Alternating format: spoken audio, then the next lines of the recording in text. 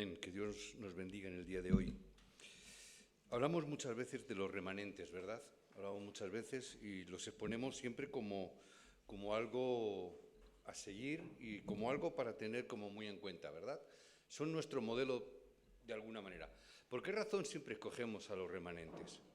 Una de las razones es muy sencilla, porque estos hombres, estos 7 remanentes que nos menciona la palabra, podemos ver que, aun a pesar de todas las circunstancias y de todas las situaciones por las que atravesaron y ellos vivieron, nunca flaquearon. ¿Amén? Nunca flaquearon. Entonces tenemos que tenerlos como esos grandes modelos. Sobre todo, eran conscientes de una cosa, conscientes de la realidad del futuro que tenían por delante. Lo leíamos la semana pasada en Hebreos 11, en el versículo 13. ¿Qué es lo que les decía? Dice, conforme a la fe murieron todos estos sin haber recibido lo prometido, sino que mirándolo de lejos y creyéndolo y saludándolo. Creyéndolo,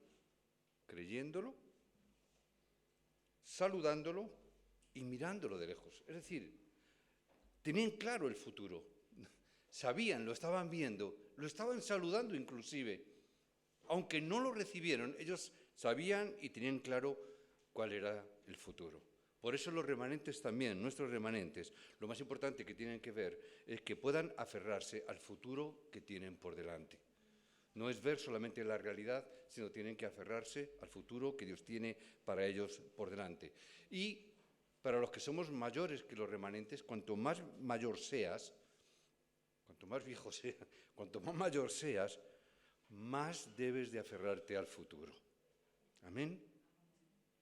Hoy en día hay mucha gente, muchas personas, no tienen en cuenta su futuro, no toman en cuenta su futuro.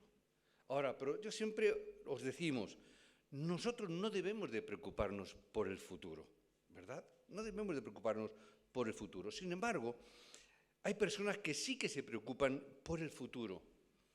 Pero nosotros tenemos que ser las personas, no que no nos preocupemos por el futuro, sino que debemos de prepararnos adecuadamente para el futuro.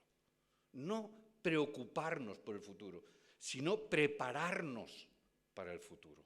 Es diferente, ¿verdad? Muy diferente. Lo que es aún más importante es lo que la palabra de Dios nos está diciendo y que tenemos que ver y entender sobre el futuro. Y lo vemos en las Escrituras. En los últimos tiempos habrá momentos de sufrimiento y desastre. Eso es lo que nos dice la palabra, ¿verdad? Es lo que nos dice la Biblia. En Mateo 24, 14 nos habla de esto. Ahora, las muchas religiones que hay quieren amoldar un poquito el mensaje. Quieren, bueno, no os preocupéis que en los últimos tiempos ya verás cómo saldrán cosas bonitas, tenemos que tener esperanza, todo este tipo de cosas. Hay incluso, me encontré en el seminario incluso un seminarista que estaba muy por la labor del universalismo, porque decía, ¿cómo es posible que Dios, siendo un Dios tan bueno, pueda condenar al final de los tiempos? Chicos, no os preocupéis, decía, no os preocupéis porque al final de los tiempos, como Dios es tan bueno, Dios va a perdonar a todo el mundo va a ir al cielo y aquí no ha pasado nada. Decía esto. Es una forma de verlo, porque es una forma de endulzar la situación, ¿no? De endulzar las últimas cosas. Los testigos de Jehová, inclusive, tú hablas con ellos, ¿y qué es lo que te dicen? Que aquí en la tierra Dios va a establecer su reino, el reino de Dios va a estar aquí en la tierra entre nosotros. Por lo tanto, no puede haber mal rollo, no puede haber situaciones. Es lo que hablan los testigos de Jehová. Pero la Biblia habla de ese sufrimiento final de los últimos tiempos. Encontramos en Mateo encontramos en 2 de Timoteo 3. Ahora, ¿qué es lo correcto? ¿Con qué me voy a quedar yo? Yo no sé vosotros, pero yo me quedo con que la Biblia es la palabra de Dios. Pueden decir lo que se quiera, pero es lo que dice la Biblia. Y la Biblia también nos dice que los terremotos, el hambre, los desastres caracterizarán los últimos tiempos. La Biblia nos está diciendo, nos dice que salgamos de este sufrimiento, que primero hagamos la oración correcta y salgamos de este sufrimiento a través de la oración. En este tipo de desastres, en este tipo de sufrimientos, es donde se encontraban los israelitas en esta época donde estamos leyendo el texto de hoy. Fueron tomados como esclavos durante cientos de años, no cualquier cosa. Hablamos de un tiempo largo, cientos de años. Después de esos incontables años de esclavitud, salieron solo para caminar durante 40 años por el desierto. Salieron de esclavitud para andar por el desierto. Y lo que es aún más importante era la cuestión de lo que sucedería, no en el desierto, sino lo que iba a sucederles en el futuro, como hemos visto hasta el día de hoy. Del mismo modo, si tienes problemas en este momento, te podrás preguntar continuamente, ¿qué va a suceder en el futuro? Si tenemos problemas ahora, ¿qué sucederá en el futuro? ¿Qué incertidumbres tenemos con esta nueva normalidad? Si es nueva, no puede ser normal, y si es normal no es nueva, porque es lo habitual, ¿no? Ese juego de palabras que se están sacando ahora, ¿no? Esta nueva normalidad. ¿Qué ocurrirá? ¿Qué pasará? ¿Cómo se moverá? ¿Cómo ocurrirán todas las cosas? Pero como hijos de Dios, como creyentes, sin embargo, conocemos el futuro. Y si conocemos el futuro que Dios tiene por delante, Dios para nosotros, no debemos de preocuparnos, en absoluto. ¿Tú te imaginas Abraham, Isaac y Jacob? ¿Crees que ellos imaginaban que el tiempo de sufrimiento vendría sobre sus descendientes?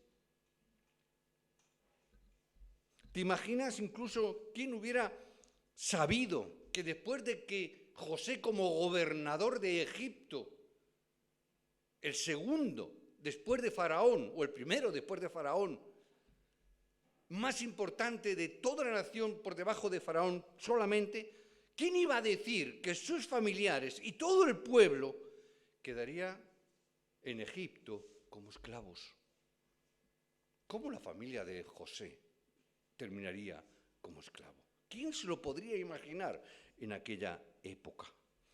Después los israelitas salieron de Egipto y caminando por el desierto durante tantos años. En el día de hoy hay algo que tú y yo debemos entender. Hay algo que en el día de hoy tenemos que comprender. ¿Qué quiere Dios enseñar al pueblo con todo esto? ¿Qué quiere enseñarles con todo esto? Hoy Dios nos está dando una palabra para que podamos salir de toda esta incertidumbre. Dios nos está dando la palabra. Dios quiere revelarnos las cosas espirituales, las causas por las cuales hemos perdido durante tanto tiempo. Durante el pueblo de Dios hemos perdido durante años, siglos. Los israelitas durante muchos años habían perdido el Evangelio. Habían perdido el sentido del Evangelio durante años. Lo que es más triste y lo que es peor, ni siquiera se habían dado cuenta. Ellos seguían viviendo como esclavos, creyendo que eran el pueblo escogido, el pueblo de Abraham, el pueblo de Isaac, el pueblo de Jacob, y habían perdido la esencia del Evangelio. Y no lo sabían siquiera. Ellos seguían quizás con sus rituales, con sus costumbres, con sus cuestiones, pero habían perdido la esencia del Evangelio. Y es lo peor, no darte cuenta que lo has perdido, que has perdido la esencia. Y sigues viniendo a la iglesia y tú sigues diciendo, no me funciona el Evangelio. Y sigues viniendo a la iglesia, es que yo no recibo respuestas. Es que sigo viniendo a la iglesia, es que tengo tantos problemas. Y sigo viniendo a la iglesia, es que tengo tantas dificultades. Me ocurren tantas cosas. Y seguimos viniendo a la iglesia sin comprender. El pueblo de Israel pensaba durante 40 años en el desierto, después de salir de esos cientos de años de esclavitud. Dios quería algo. ¿Por qué? 40 años, después de esos 400 de esclavitud, Dios quiere restaurarles rápidamente el concepto del Evangelio en sus vidas. En el camino Dios continuó ordenándoles que hicieran esto y aquello, cosas diferentes. ¿Todo ello para qué? ¿Para qué tantas cosas? ¿Para qué las fiestas? ¿Para qué todas estas cosas que les hizo vivir por el desierto durante 40 años? Si no era con el propósito de incitarlos a restaurar el Evangelio completamente en sus vidas. Habéis estado durante 400 años de esclavitud, que habéis perdido el Evangelio, ni os habéis dado cuenta y habéis vivido fuera de él. Necesitáis restaurarlo completamente. Hay una manera simple o sencilla para que podamos restaurar esta bendición.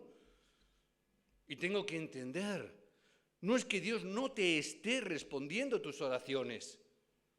No pienses eso nunca. Él simplemente quiere que restaures todo el Evangelio en primer lugar en tu vida. No es que no quiere responderte, es que quiere que tú entiendas concretamente el Evangelio. Algunas veces decimos, es que las respuestas me llegan tarde. No es que te lleguen tarde. Él quiere que restaures el Evangelio completamente y recibas las verdaderas bendiciones. Dios no quiere que tú estés recibiendo bendiciones que no tienen sentido. Quiere que recibas las bendiciones que están dentro del Evangelio. No las bendiciones que nosotros creemos. No es la bendición de que, qué suerte he tenido, qué fortuna he tenido que me tocó la lotería, qué suerte que encontré ese trabajo. No estamos entendiendo realmente y por eso Dios está haciendo que entendamos correctamente. Los israelitas se enfrentaban a dificultades y Dios quería restaurarlos por completo. Dios quiere restaurarnos por completo a cada uno de nosotros. En verdad, la forma de recibir las bendiciones es muy simple. Es muy simple. Lo único es que Dios quiere restaurar todo en tu vida, solamente una cosa. Dios quiere restaurar todo en tus relaciones y en tu vida, pero solo a través del Evangelio. Dios quiere restaurar todo en tu vida, en cada uno de nosotros, pero no fuera del Evangelio, para que creyendo que fuera del Evangelio puedes hacer las cosas, que fuera del Evangelio, qué bueno que Dios me bendice, que fuera del Evangelio, qué bien me van las cosas. No es así, sino que Dios quiere restaurar tu vida dentro del Evangelio. Entonces, ¿por qué Dios les permite caminar por el desierto durante tanto tiempo? Hay algunos que preguntan de esta manera. Incluso a veces a lo mejor nosotros mismos hayamos podido hacernos esta pregunta. Pero Dios responde siempre con tanta exactitud. La razón por la cual Dios los guió por el desierto durante tanto tiempo es para que pudieran restaurar completamente el Evangelio en sus vidas. Eran muchos siglos sin Evangelio. Si pudiéramos entender y darnos cuenta de esto, si pudiéramos comprender un poquito esto, Dios comenzaría a obrar rápidamente. Si yo me diera cuenta de que las bendiciones solo vienen a través del Evangelio, las respuestas vendrían inmediatamente. Por eso os bendigo que en tu vida personal, que en tu trabajo, en tus negocios, que en vuestras familias, que seas completamente restauradas dentro del Evangelio. Empezando por ti mismo, tu familia, tu trabajo, solo dentro de tu familia, dentro del Evangelio. Dios quiere que salves a los miembros de tu familia, pero dentro del Evangelio, no de cualquier manera, no de cualquier forma. Por eso Dios nos dijo que nos ha llamado como sacerdocio. ¿No dice eso la palabra? Real sacerdote, real sacerdocio, nación santa, pueblo adquirido por Dios. Dice en segunda de Pedro. Dios nos ha restaurado. Por eso, en el texto de hoy, ordena a los israelitas algo importante: mantener las lámparas encendidas, decíamos la semana pasada, dentro del templo, dentro del tabernáculo, mantener la luz encendida, las velas encendidas, los candelabros encendidos. Ya tenemos la respuesta a lo que debemos de hacer en el futuro. ¿Qué tenemos que estar haciendo? Estate restaurando la luz dentro del tabernáculo. En cierto modo, ni siquiera necesitaríamos preocuparnos por nuestros hijos. Ni siquiera. Simplemente mantén las lámparas encendidas en tu tabernáculo. Está hablando un poquito también de los hogares, ¿verdad? Está hablando de nuestras familias. Está hablando del lugar donde el real sacerdocio tiene que ejercer. No solamente aquí en el templo el sacerdote, sino vosotros como real sacerdocio en vuestros hogares. Si nosotros mantenemos encendidas las lámparas del Evangelio, si mantenemos la luz de Cristo encendida en nuestros hogares, no te preocupes de tus hijos siquiera, porque Dios estará a cargo de ello. Los israelitas deseaban, sin embargo, Dios desea que se den cuenta correctamente de este Evangelio. Dios quiere que nos demos cuenta de esta realidad, que todo está dentro del Evangelio. Dios no te está llevando al fracaso. Dios te está esperando. Dios te está esperando. No te está ocultando la respuesta ni las está escondiendo. Es que Dios te está esperando. Te está esperando. Él está esperando que entiendas con exactitud qué es el Evangelio. Yo tengo que restaurar esto en mi vida. Tengo que restaurar también el poder de Dios. Debemos creer en el poder de Dios que se reveló en el tiempo del desierto. Restauremos este poder que nos lo mostró en Éxodo y nos lo está demostrando en el desierto. Y restaurando este poder, preparémonos para entrar en la tierra de Canaán. Preparémonos para conquistar esa tierra. No es que Dios no nos esté respondiendo, no es que Dios no pueda respondernos. Cuando Dios dejó a los israelitas en el desierto durante 40 años, no los abandonó nunca, nunca los dejó. Solo deseaba que restauraran el Evangelio, que sacaran su mentalidad de esclavo y tuviesen la mentalidad del Evangelio, que dejaran de pensar como esclavos para empezar a pensar como conquistadores. Tuvo que pasar ese tiempo. Lo que ocurre es que debido a nuestros conceptos erróneos, que valoramos más lo físico que lo espiritual, donde creemos que las bendiciones tienen que ser físicas, es que nos resentimos con Dios, es que nos enfadamos con Dios, es que nos quejamos a Dios continuamente porque las cosas no salen como yo quiero, porque no recibo lo que yo pido que me satisface a mí, porque todo ello está fuera del Evangelio, pero yo me enfado. El camino a través del desierto solo era un viaje de una semana, poco más o menos. Era un viaje relativamente corto para la época, pero los israelitas tardaron 40 años. Permanecieron en Cades Barnea durante 38 años. No era que Dios los tuvo ahí atados, no es que los tuvo presos. Quería que se dieran cuenta del Evangelio, que entendieran el Evangelio, que entendieran la importancia del Evangelio, que entendieran que la conquista tiene que hacerse dentro del Evangelio y de la forma que el Evangelio mismo está estableciendo. No es como nosotros queremos. Y Dios nos sigue dando bendiciones y nos sigue dando el poder. ¿Qué es sino el arca del pacto? Dios en el desierto les da esa respuesta, ir delante del arca del pacto. Construyeron el tabernáculo, les dice vivir dentro de ese tabernáculo, que vuestras vidas estén centradas en el tabernáculo. Pero de verdad nuestras vidas, ¿dónde están centradas? ¿Dónde están centradas? ¿Por qué Dios dice establecer vuestras tiendas? Y les pone un orden, los del norte, sur, este y oeste, los pone alrededor del tabernáculo. Pero todas las tiendas tenían que estar mirando hacia el tabernáculo. ¿Es casualidad? Lo que estaba diciendo es que vuestras vidas, todas nuestras vidas, tienen que estar centradas mirando hacia el tabernáculo. Pero nosotros perdemos esta realidad. ¿Y por qué dentro del tabernáculo? Porque tenemos que recordar que ahí dentro estaba el arca del pacto. Mirar dentro de ese arca del pacto, ¿qué había? Las tablas de la ley. ¿Y qué más? La vara de Aarón. ¿Qué más había? El tarro con el maná. ¿Qué significa todo eso? ¿Es casualidad que estemos mirando a eso? ¿Por qué tengo que mirar a ese arca y lo que hay dentro? ¿Qué representa? Representa la palabra de Dios, representa la ley. Las tablas es la palabra. Estemos centrados mirando qué es la palabra. Centrados en la autoridad y el poder de la vara de Aarón, que fue la que abrió a través de ella, abrió el Mar Rojo. ¿Para qué? Para que no perdamos y creamos en el poder de Dios, que estuvo en el Éxodo, que estuvo también en el tiempo del desierto, que abrió los ríos, que derribó murallas, para que siempre estemos centrados y poniendo nuestros ojos y creyendo en ese poder.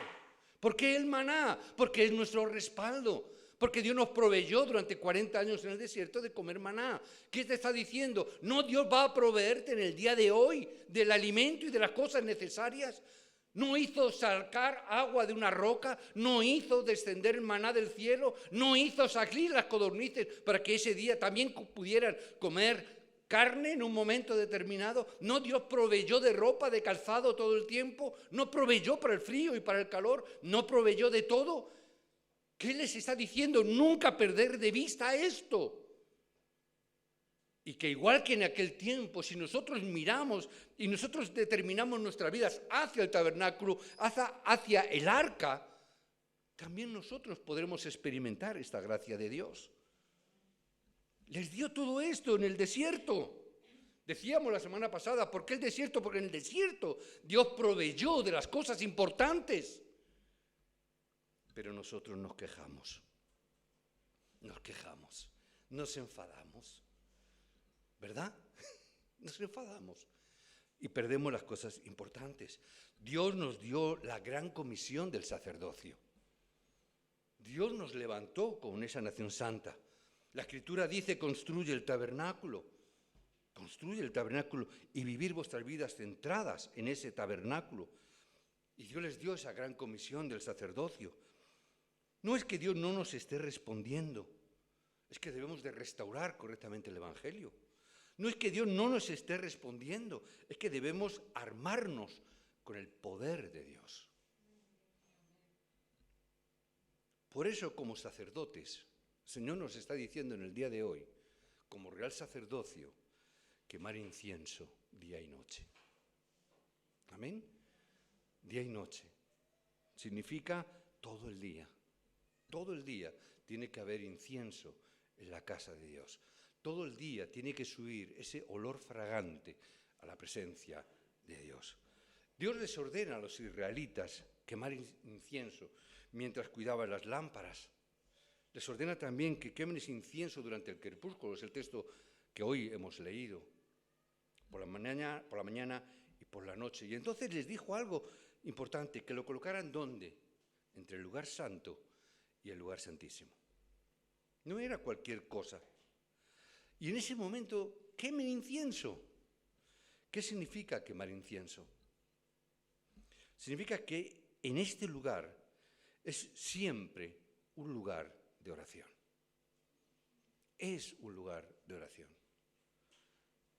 Nuestros hogares tienen que ser un hogar y un lugar de oración. ¿Amén? No noto mucho entusiasmo en esto. El contenido muy importante aquí es la persona que tiene derecho a entrar al lugar santo y al lugar santísimo. No es cualquiera. Era el sacerdote quien podía entrar. Y era el sacerdote quien podía mantener ese incienso encendido. Era solamente el real sacerdocio quien puede hacer esto, no otra gente, no otras personas. Segunda de Corintios capítulo 2 y el versículo 16, permitidme que leamos un poquito este texto. ¿Qué simboliza ese incienso? Dice así el versículo 16, dice, y a estos ciertamente olor de muerte para muerte, y a aquellos olor de vida para vida. Para algunas personas este olor fragante que representa a Cristo, que es la figura de Cristo quien está mencionando, para algunas personas esta fragancia, la fragancia de Cristo, le está diciendo, es para vida. Este incienso que estamos quemando en el día de hoy es para vida. Hermanos, por eso el sacerdote es quien lo realiza, porque esto es para vida, es para la vida eterna. Para otros, en cambio, es la fragancia de la muerte. Está diciendo Pablo en Corintios, cuando quemas el incienso de la oración en el nombre de Jesucristo, cuando estamos quemando ese incienso se convertirá en un olor de muerte para las fuerzas de las tinieblas. Se va a convertir en ese derrumbe en las fuerzas de las tinieblas. Si continúas orando esta oración dentro del pacto, se convertirá en la fragancia de la vida para revivir a todos los demás, para revivir tu familia, para revivir tu trabajo, para revivir la iglesia, para revivir tantas cosas. Es solo la muerte de las fuerzas de la oscuridad que han continuado atacando a nuestras líneas familiares durante tantas y tantas y tantas generaciones. Dios está diciendo, hasta aquí hemos llegado, vamos a encender ese olor fragante, ese incienso. Vamos a cortar, porque para la oscuridad es quebrantamiento, es muerte, es parar. Durante años la muerte ha precedido al pueblo, pero ahora es tiempo de la vida. Ahora es tiempo de que nuestros hogares se conviertan en hogares que se reaviven con ese olor fragante de la oración en el lugar santísimo. Ese olor fragante que va a dar vida a tu familia, que va a dar vida en tu lugar de trabajo, que va a dar vida allá donde te encuentres. Es ese olor fragante que tenemos que levantar en el nombre de Jesucristo para todas nuestras generaciones. Por eso tenemos el futuro que yo tengo que aferrarme, porque es el futuro que Dios tiene para mí.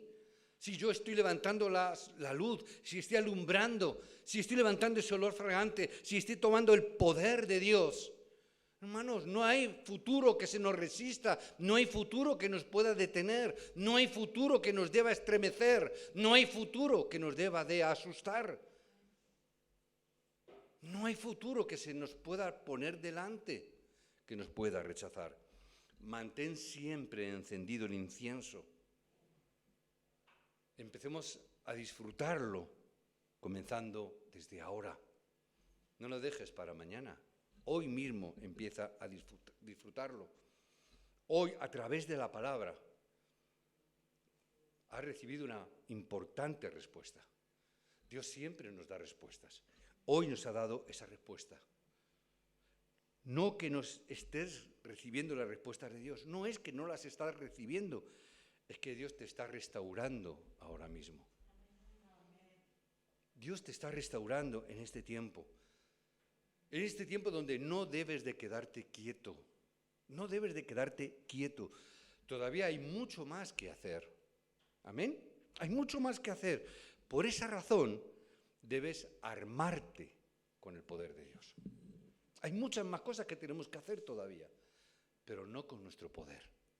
Tenemos que armarnos con el poder de Dios. Ese poder de Dios en el Éxodo. Ese poder de Dios que se manifestó en el desierto. Ese poder de Dios que se manifiesta en nuestras vidas día a día. Además, a lo largo del camino que estamos viviendo, debes quemar el incienso.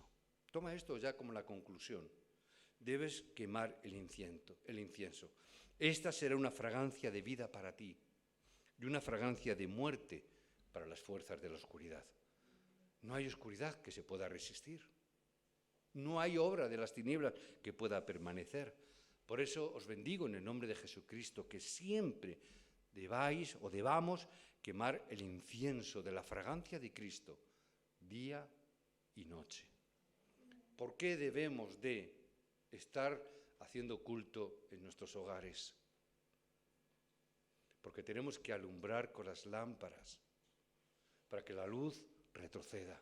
Porque tenemos que quemar el incienso de la oración día y noche.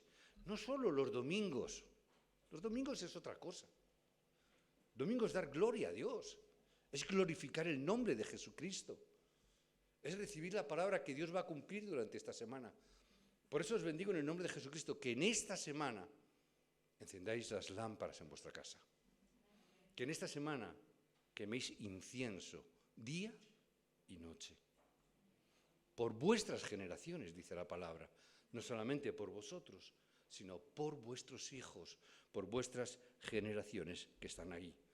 Si podemos quemar el incienso de la fragancia de Cristo día y noche, las puertas se nos abrirán.